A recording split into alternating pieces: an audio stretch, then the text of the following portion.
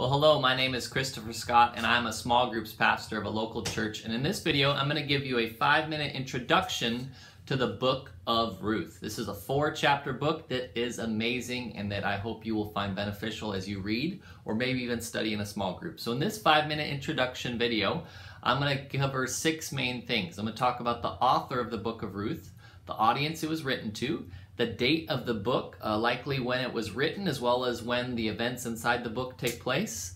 I'm going to give you an outline from the book, as well as a key verse and a key theme, okay? So a key verse and a key theme. So first, let's start with who wrote this book, right? So in the Old Testament, there are 39 books in the Old Testament. The first 5 books are usually called the Pentateuch, or the books of Moses, that were written by Moses, right? Genesis, Exodus, Leviticus, Numbers, Deuteronomy, the books of Moses. And then when you come to the book of Joshua, through Ezra, Nehemiah, Esther, through those historical books, there's 12 historical books right there, and we don't really know who wrote those books, right? We have guesses or ideas, but we're not really sure who wrote them, right? So some people might say Samuel is kind of popular in the Jewish tradition. People say Samuel might have written it, but we really don't know, right? So that's the author of the book, is we're not quite sure. The audience that the book was written to is it was written to Jews, obviously, to talk about how where David and Solomon came from, to talk about the lineage of David and Solomon and where they came from in their family. It also, I think the audience is Jews. People are, the person that wrote this book, God's trying to really tell people that God cares for the poor and that he cares for and will take care of people that love him and faithfully serve him, right? And that's the audience the book's going to. The date of the book of Ruth is difficult to kind of discern. Most people would say that it occurs during the time of the Judges, which is in the last half of the 12th century BC, right? The last half of the 12th century BC, which likely would be 1350 BC through 1300 BC. Those 50 years somewhere in there is likely when the events of the book of Ruth take place. And then most Old Testament scholars would say that the book was actually written a little bit later, sometime between the time of Solomon or King David, right? Sometime during the reign of King David or King Solomon, which would be between 1010 BC and 930 BC. Somewhere in those 80 years is likely when the book of Ruth probably was written. Maybe let's say 200 years after it was written, 200 or 300 years after the events of the book take place, if that makes sense.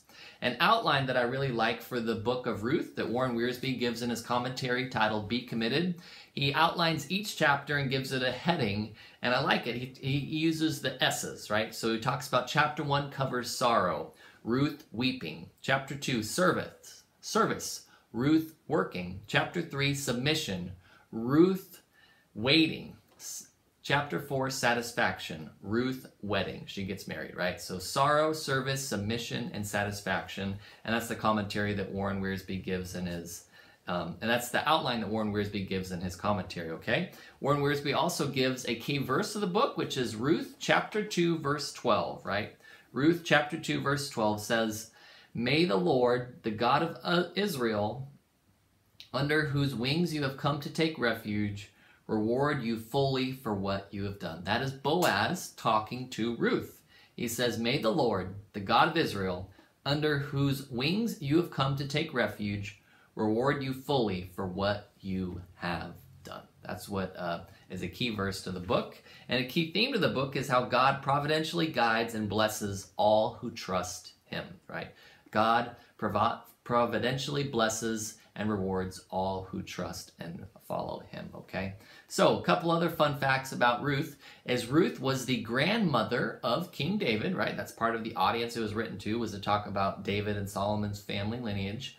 So Ruth is the grandmother of King David, as well as the great-grandmother of King David. Ruth's the great-grandmother of King David, as well as she shows up in the lineage of Jesus in Matthew chapter 1, verse 5. So she is an important woman, and it's an important book, and I hope that it's something you might be able to study maybe with a small group or on your own. And if you want to do that, I highly suggest the Warren Wiersbe Bible Study Guide that covers Ruth and Esther, titled Doing God's Will, whatever the cost. There's this guide that has 8 lessons as well as the commentary you can get that explains the book of Ruth more fully by Warren Wiersbe. I got links to those down below, or you can go into your local bookstore and ask for that too, and they'll get it for you.